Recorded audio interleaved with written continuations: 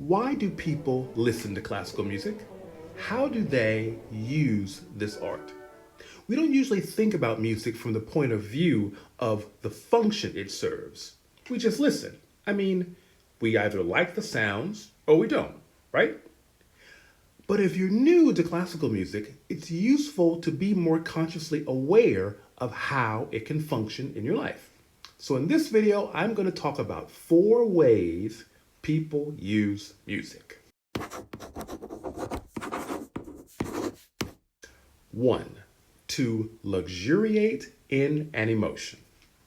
Sometimes we are feeling exactly the way we want to feel. In fact, we want even more. We want to go deeper, to feel whatever it is we're feeling more intensely. And this can apply to any emotion, not just happiness. It can be sadness, horniness. Pick your emotion. You're feeling sad, and you decide you want more tears, not less. Feeling bad can sometimes feel oh so good. Catharsis. You're feeling joyous, and you want more joy, not less. You're not ready to get up from the floor yet. You're still holding your side from laughing so much. Or you're feeling turned on, and you want, well, you get the idea. People use music to enhance and double down on emotions, to intensify them. When you listen to a piece of music that makes you feel more of what you're already feeling, you create this powerful synergy between you and the music, with the music driving deeper and deeper emotions, and those emotions driving deeper and deeper connection to the music. 2. To go on an emotional journey. Now, what do I mean by that? Here is where classical music really shines. Picture a roller coaster. It has a beginning, middle, and end, with adventures of various sorts in between.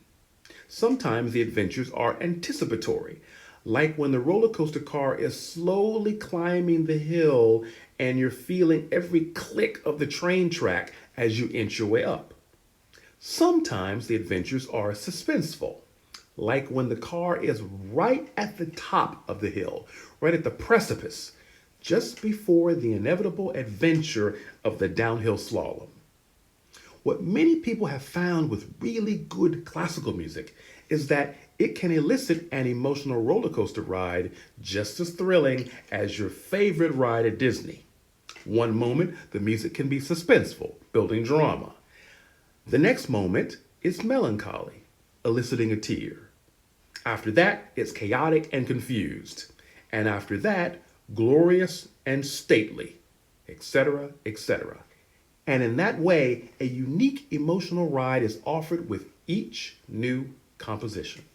And the reason classical music is so uniquely suited for this is because it's long form. Compositions can run anywhere from a few minutes to an hour. So there is time for an emotional journey to take place. Time for a story to be told properly, for it to unfold at its own pace. By the way, if you're enjoying this video, please hit the like button below and subscribe and share this video with a couple good friends. It's really helpful for a new channel like mine just getting off the ground. Okay, back to the video. 3. To appreciate great craftsmanship. Now, contrary to everything I just said, not all classical music was designed to create some sort of emotional roller coaster. Sometimes it's just about craftsmanship.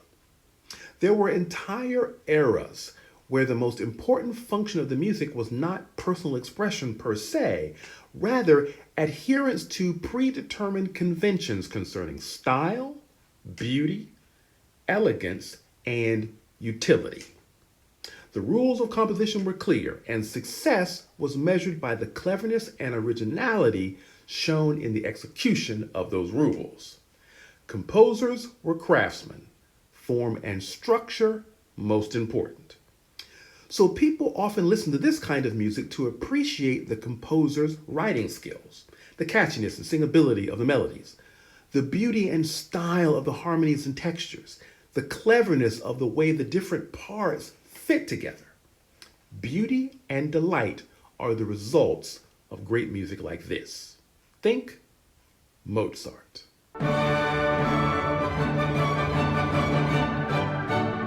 And 4, as background ambiance, wallpaper music. This is the one people are most familiar with. It is also the one that asks the least of this music.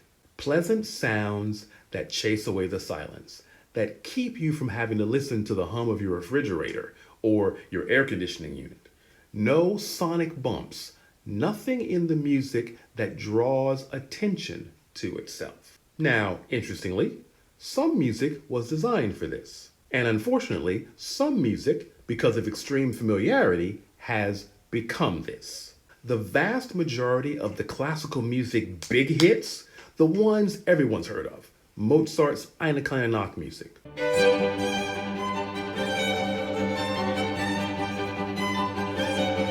Pachelbel's Canon in D,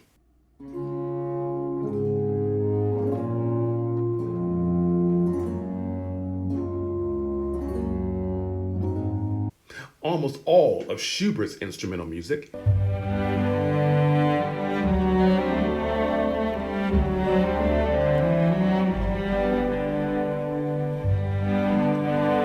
have suffered this fate. Schubert is an interesting one, by the way. His music is the utmost in refined, understated, romantic elegance. It's genius. It is the standard by which many other composers have measured themselves, even today.